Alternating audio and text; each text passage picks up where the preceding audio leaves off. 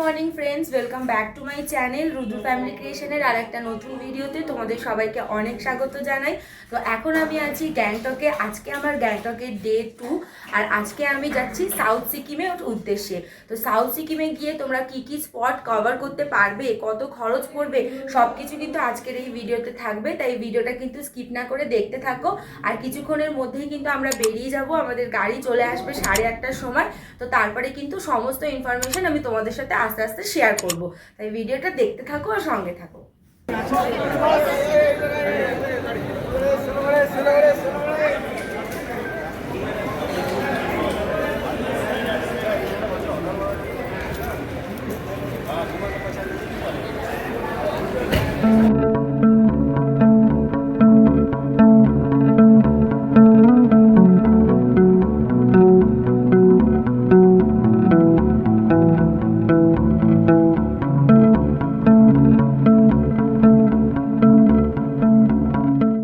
বন্ধুরা, আজকের এই সাউথ সিকিম ট্রিপের কিন্তু আমাদের প্রথম স্পটে আমরা চলে এসেছি। এটা হচ্ছে রা বাংলার বুদ্ধ পার্কে আমরা প্রথম যাব। দেখো, এই যে পেছনে দেখতেই পাচ্ছ গৌতম বুদ্ধের একটা বিশাল বড় স্ট্যাচু।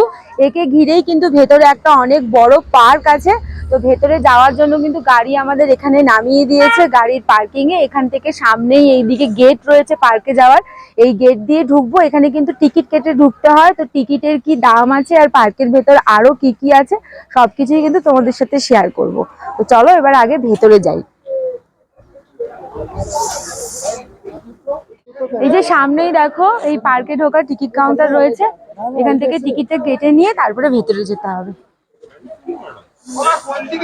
এইদিকে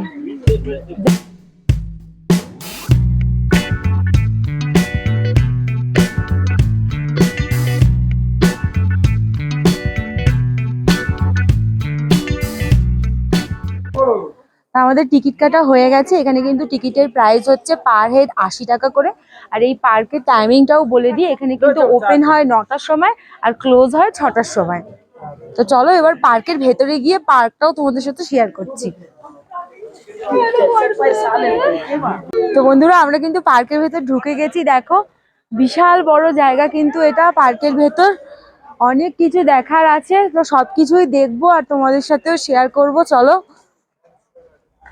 এখানে কিন্তু ছোট বাচ্চাদের দেখো এই কার রাইডস রয়েছে, কার বাইক, এগুলো কিন্তু ওরা রাইড করতে পারবে। এগুলো 100 টাকা করে লাগবে পার হেড। পার্কের ভেতরে কিন্তু অনেক দোকানও রয়েছে ছোটখাটো দেখতে পাচ্ছি। আর এই যে এখানে দেখো স্লিপিং বুদ্ধার একটা স্ট্যাচু করা রয়েছে। বন্ধুরা দেখো, এই ভেতরে ঢুকতেই কিন্তু প্রথমেই দেখো এখানে ফ্যামিলি ফুড স্টেশন একটা খাবারের বড় স্টল রয়েছে। তার পাশেই কিন্তু পরপর করে অনেক গিফট শপের দোকান রয়েছে। এখানে অ্যারো দিয়ে ওয়াশরুম লেখা রয়েছে, ওয়াশরুমটা একদম ওই দিকে রয়েছে। প্লাস এইখানে কিন্তু লাইন দিয়ে প্রচুর গিফট শপের দোকান তোমরা পেয়ে যাবে। তো এখানে এসে কিন্তু তোমরা এই বুদ্ধিস্ট যে সমস্ত গিফটগুলো হয়, গিফট আইটেমগুলো, সেগুলো এখান থেকে চাইলে তোমরা কিনতে পারো। তো ওই সামনেটায় যাই, দেখি ওখানে কি কি জিনিস আছে। আর এখানে দেখো পার্কের মধ্যেই কিন্তু রাবং ট্যুরিস্ট গাইড ম্যাপ দেওয়া রয়েছে। তো এই রা বাংলায় এসে এখানে আর কি কি দেখার জায়গা রয়েছে সবকিছু কিন্তু এখানে ম্যাপের মধ্যে দেওয়া রয়েছে।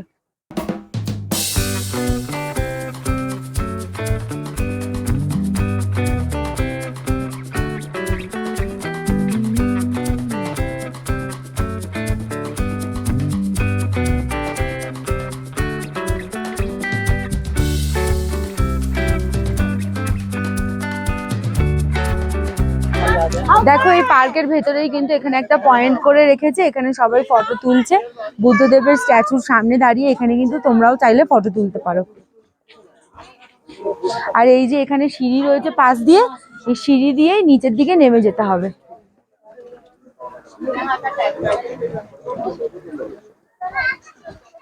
এই যে দেখো, ওপর থেকে আমরা এদিক দিয়ে নেমে এলাম সিঁড়ি দিয়ে, আর এসে এই সামনে দিয়ে সোজা গিয়ে ওই যে সিঁড়িগুলো দেখছো, ওই সিঁড়ি দিয়ে উঠে কিন্তু তোমরা একদম ওপরে উঠতে পারবে। আর এই বুদ্ধদেবের স্ট্যাচুটাকে ঘিরেই আশেপাশে কিন্তু খুব সুন্দর পার্ক করা রয়েছে।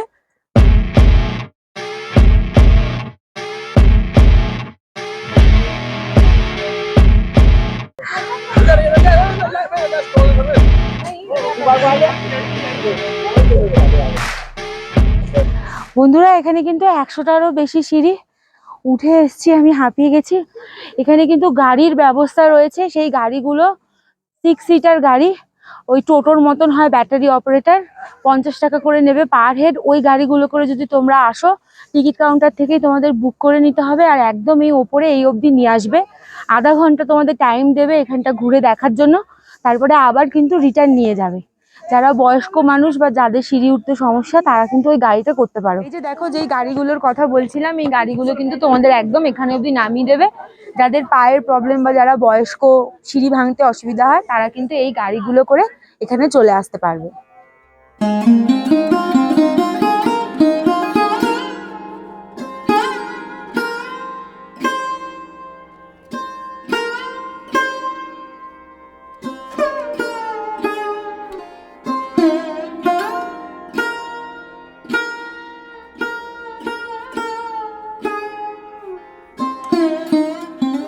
বন্ধুরা এর ভেতরে কিন্তু ফটোগ্রাফি অ্যালাউ নয়, যেই কারণে আমি ভেতরটা তোমাদের সাথে ভিডিওর মারফতে শেয়ার করতে পারলাম না।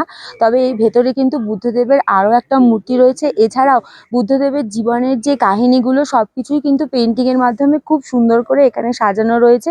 ভীষণটা খুবই সুন্দর, মানে একটা মানে শান্তির জায়গা যাকে বলে। আর এছাড়াও কিন্তু নানান যে মঙ্করা রয়েছে, লামারা রয়েছে, তাদেরও নানান রকম ফটো দিয়ে সাজানো, খুবই সুন্দর। তোমরা একবার এলে কিন্তু ভেতরটা তোমাদের খুবই ভালো লাগবে।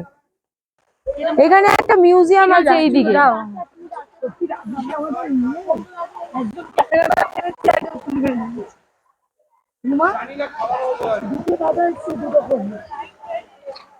এটা দেখাও। এই যে দেখো, এইদিকে কিন্তু একটা রয়েছে ফটো গ্যালারি আর মিউজিয়াম, লাইব্রেরি, এগুলো কিন্তু সব এইদিকে রয়েছে।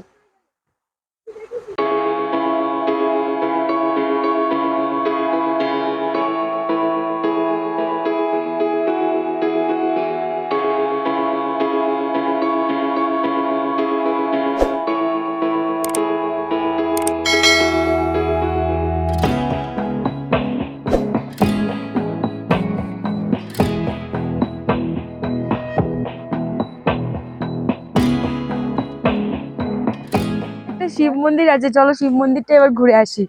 এই সামনেই আছে মন্দিরটা, এই তো। এই বি ওয়্যার অফ স্নেকস, এখানে বলে দিলাম। সাপ আছে এখানে কিন্তু সাপের থেকে ভয় আছে, বি ওয়্যার অফ স্নেকস বলে লেখাই রয়েছে। এই যে মন্দিরের বাইরে নন্দী মহারাজ বসে রয়েছে। এই জুতো পরে কেউ ঢুকবি না, বাইরে থেকে নমস্কার কর।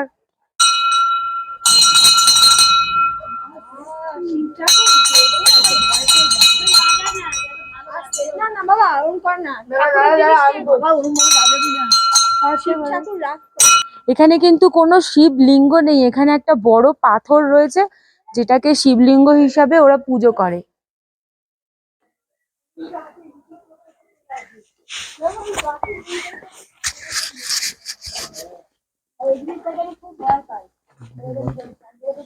আর এইদিকে দেখো একটা বড় গাছ আছে, এখানে কিন্তু সাপ আছে অনেক, যেই কারণে ওরা বাইরে লিখে দিয়েছে যে সাপের থেকে সাবধান। এই যে জায়গাটা, হ্যাঁ, ওই গাছের ওই নিচটা দেখেছিস, পুরো সাপের ফনার মতন। হ্যাঁ।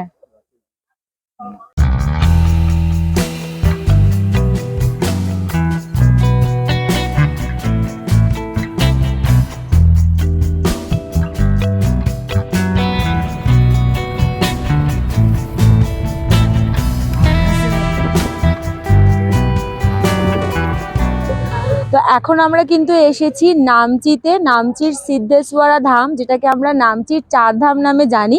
তো এইখানে আমাদের পার্কিং এ নামিয়ে দিয়েছে গাড়ি। এবার আমাদের এখান থেকে কিন্তু একটু উঠে ভেতর দিকে যেতে হবে। এখানেও কিন্তু টিকিট কেটে ঢুকতে হয়। তো টিকিটটা কাটি, টিকিটের কত দাম সেটা তোমাদেরকে জানাচ্ছি, আর ভেতরে গিয়ে তারপরে ভেতরটাও তোমাদের সাথে শেয়ার করব।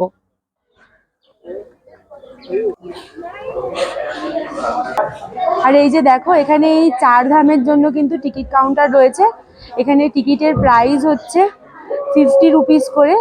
আর 10 বছরের নিচে যে বাচ্চারা রয়েছে তাদের জন্য ফ্রি। যারা সিনিয়র সিটিজেন রয়েছে তাদের জন্য টিকিটের প্রাইস হচ্ছে 25 টাকা করে। তা আমরা আগে টিকিটটা কেটে নিই, তারপরে ভেতরে যাব। এই সিঁড়ি দিয়ে উঠে এসেই কিন্তু এই ভেতরে দেখো, এখানে শু কাউন্টার রয়েছে, এখানে জুতো খুলে রেখে কিন্তু মন্দিরের ভেতর প্রবেশ করতে হবে। তো বন্ধুরা এই জুতোর র্যাকের পাশেই কিন্তু দেখো এইদিকে অনেক গিফট শপ রয়েছে, এখান থেকে তোমরা চাইলে কিছু কেনাকাটা করতে পারো। আর এই বাদিক দিয়েই কিন্তু মন্দিরে যাওয়ার রাস্তা, তো আমরা এখন এই দিকে যাব। আর তোমরা যদি এখানে এসে কিছু খাওয়া দাওয়া করতে চাও তার জন্য কিন্তু এই ডান দিকে একটা ক্যাফেটেরিয়া রয়েছে, এখান থেকে তোমরা কিছু খাওয়া দাওয়া করতে পারো। কি কি আসে সবকিছু কিন্তু দেওয়া রয়েছে, দেখো জগন্নাথ ধাম, রামেশ্বরম ধাম, গঙ্গা বিধি, গঙ্গা জলধারা আর শিব স্ট্যাচু। পরপর অ্যারো করে করে দেওয়া রয়েছে কোন দিকে যেতে হবে। প্রথমেই আমরা এখানে যাব জগন্নাথ ধামে।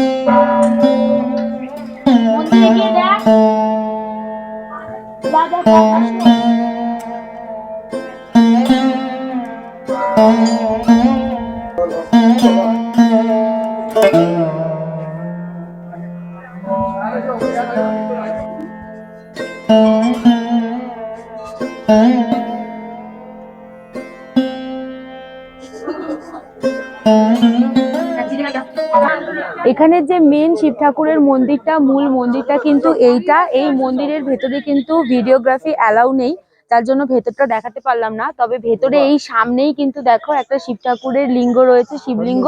আর একদম ভেতরে যদি তোমরা যাও, ভেতরটাও কিন্তু খুব সুন্দর।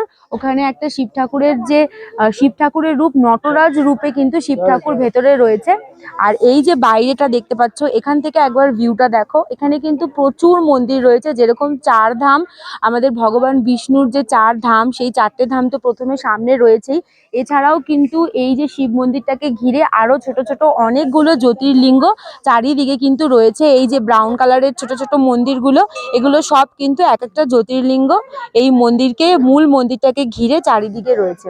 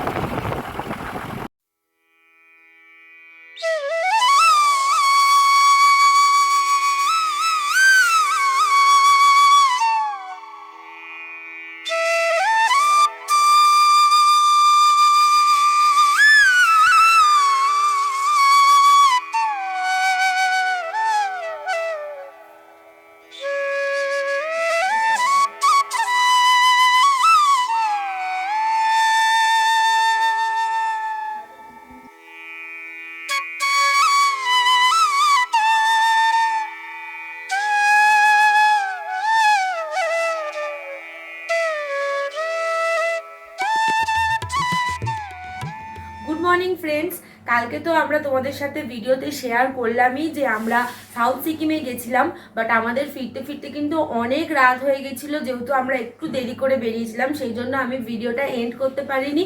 আর আমার কত খরচ হলো সেটাও তোমাদের সাথে তখন শেয়ার করিনি, তা এখন আমি শেয়ার করে দিচ্ছি। আমরা কিন্তু 10 জন ছিলাম, একটা 10 সিটারের গাড়ি আমরা বুক করেছিলাম, যার জন্য আমাদের লেগেছিল 8,000 টাকা। আর এই 8,000 টাকাটা আমরা সবাই মিলে ভাগ করে, মানে পার হেড 800 টাকা করে আমাদের লেগেছিল। আর লাস্টের যে টেম্পটি টি গার্ডেনটা ছিল সেইটা কিন্তু আমরা কভার করতে পারিনি, যেহেতু অনেক রাত হয়ে গেছিল। প্রত্যেকটা স্পটই কিন্তু 5টা থেকে 5:30টার মধ্যে বন্ধ হয়ে যায়। আমাদের 5:30 বেজে গেছিল সাই টেম্পলে গিয়ে, তাই আমরা আর টেম্পটি টি গার্ডেনটায় যেতে পারিনি। তাই তোমরা যখন যাবে তোমরা কিন্তু চেষ্টা করবে অনেকটা সকালে বেরিয়ে যাওয়ার, তাহলে কিন্তু সবকটা স্পটই তোমরা কভার করতে পারবে। তো আজকের ভিডিওটা আমি এখানেই শেষ করে দিচ্ছি। কেমন লাগলো তোমাদের কমেন্ট করে কিন্তু জানিও, ভালো লাগলে লাইক করতে কিন্তু একদমই ভুলবে না। দেখা হবে আবার পরের একটা নেক্সট ভিডিওতে, ততদিনের জন্য সুস্থ থেকো, ভালো থেকো, বাই।